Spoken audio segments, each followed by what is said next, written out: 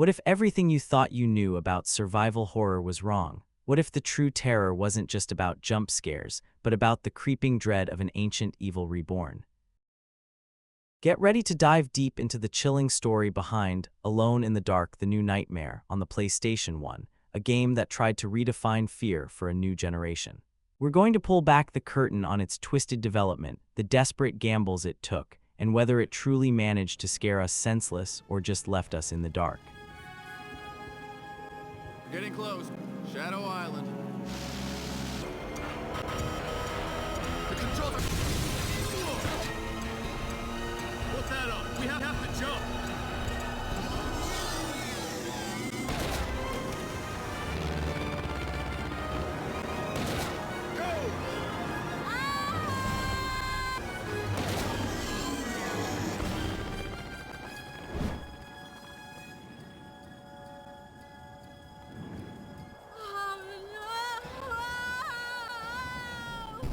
Alone in the dark.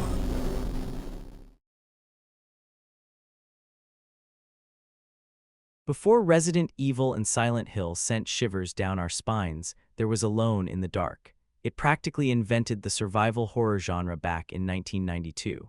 But by the late 90s, with PlayStation 1 dominating the console market, the original horror king had faded into the shadows. Atari, the company that owned the rights, knew they had a goldmine on their hands, but they also knew they needed a drastic change to compete with the new giants. This wasn't just about making another game, it was about reclaiming their crown. The task fell to Darkworks, a French development studio. They faced an uphill battle. How do you revive a beloved but dormant franchise while also appealing to a new audience accustomed to the polished scares of Capcom and Konami? Their solution? A complete reboot, a new nightmare for a new era. They threw out most of the old lore and started fresh, keeping only the core idea of Edward Carnby, the paranormal investigator, exploring a haunted mansion. This was a risky move, but one they felt was necessary to shake off the dust and inject new life into the series. Darkworks wasn't a huge studio, but they were ambitious. They saw the success of games like Resident Evil 2 and Silent Hill, and they understood what made those games tick: atmosphere, puzzles, and a sense of vulnerability.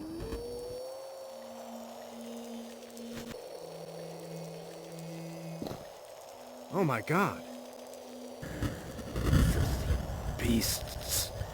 Flee. Get out of here any way you can. How did you get here? The boat.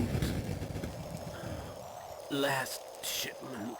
He shot everyone. Look, just try to stay calm. You've got a gun. I'm leading you some bullets. I'll go and find help. Help.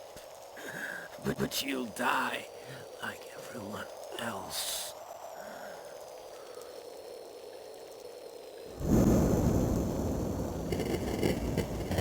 Run. I'll be back. They wanted to take Alone in the Dark back to its roots, but with a modern twist. The team pored over old horror movies, classic literature, and even real-world ghost stories to craft a narrative that would genuinely disturb players. They focused heavily on psychological horror, using shadows and sounds to create a constant feeling of unease, rather than relying solely on grotesque monsters.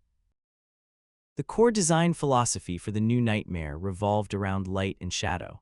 Unlike many horror games that thrived on pure darkness, Darkworks made light a crucial element. Edward Carnby, our protagonist, was given a flashlight, a simple tool, yet one that became central to the gameplay. The flashlight wasn't just for seeing, it was a weapon against the darkness, a way to reveal hidden dangers and solve intricate puzzles. This mechanic was a bold departure, adding a layer of strategic thinking to the typical run-and-gun survival horror formula. The development team meticulously designed each environment to play with this light mechanic.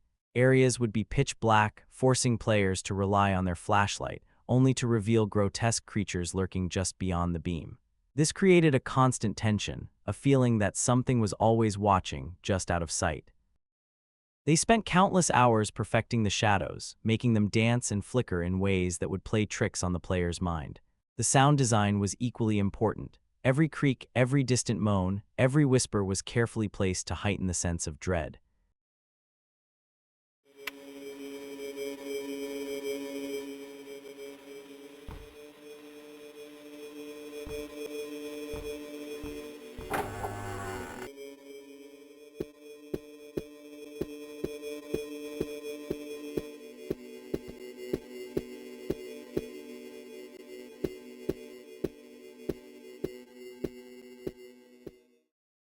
One of the biggest challenges Darkworks faced was adapting the game for the PlayStation 1's hardware limitations. The PS1 wasn't known for its graphical prowess, especially when it came to rendering complex lighting and shadows. The team had to be incredibly clever with their asset creation and engine optimization. They used pre-rendered backgrounds, a common technique for the time, to create detailed and atmospheric environments, but they layered dynamic lighting effects on top to make the flashlight feel truly interactive. This combination allowed them to push the visual boundaries of the console, creating an experience that was both graphically impressive and terrifyingly atmospheric. The narrative itself was a complex web of ancient curses, family secrets, and parallel dimensions. Players took on the role of either Edward Carnby or Aline Cedric, each with their own unique perspective and path through the terrifying Shadow Island. The story was designed to unravel slowly, revealing more disturbing truths as players progressed. This dual protagonist approach was another innovative choice, offering replayability and deeper insight into the overarching mystery.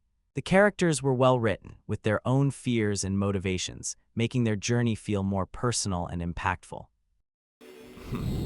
Here, I got your stuff. Thanks. What about my jacket? Whoever locked you up in here probably thought it matched his hair. Listen, I should never have agreed to let you come along. I have my own reasons for being here. Were you able to talk with Obed Morton?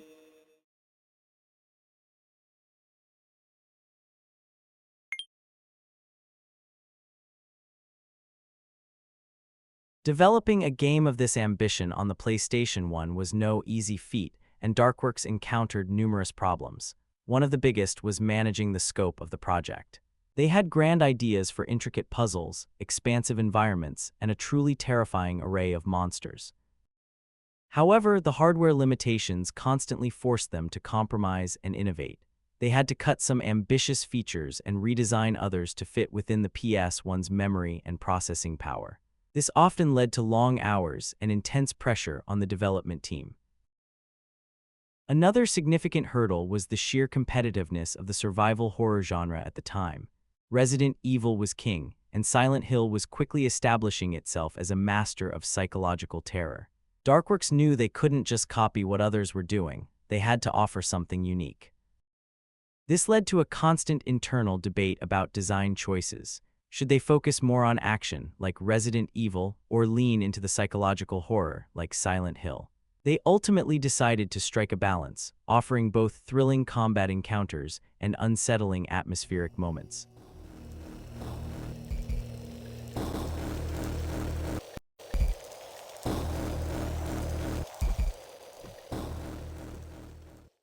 Then there was the pressure from Atari. They had invested heavily in this reboot, and they wanted a hit. This meant tight deadlines and constant demands for progress. The Darkworks team often worked around the clock, fueled by caffeine and a shared passion for horror. They faced moments of doubt, where the sheer scale of the task seemed overwhelming. The creation of the creatures themselves was another intensive process. Darkworks wanted monsters that were not just visually disturbing, but also conceptually terrifying. They drew inspiration from Lovecraft's cosmic horrors, creating beings that were otherworldly and grotesque. Each monster was designed with specific weaknesses and attack patterns, forcing players to adapt their strategies and utilize their limited resources wisely. The sound design for the creatures was equally crucial, with terrifying roars, guttural growls, and unsettling clicks filling the air, making every encounter a heart-pounding experience. After years of development, blood, sweat, and probably a few sleepless nights filled with nightmares of their own, Alone in the Dark: The New Nightmare was finally released in 2001. The anticipation among survival horror fans was palpable. Could this game truly revive the legendary franchise? Could it stand toe-to-toe with the titans of terror?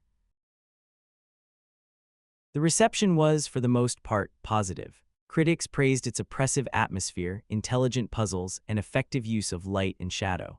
Many lauded its return to the more psychological roots of horror, offering a refreshing alternative to the more action-oriented survival horror games of the time. The dual protagonist system was also a hit, adding depth and replayability. Players loved the way the game made them feel vulnerable, constantly on edge, and truly alone in the dark.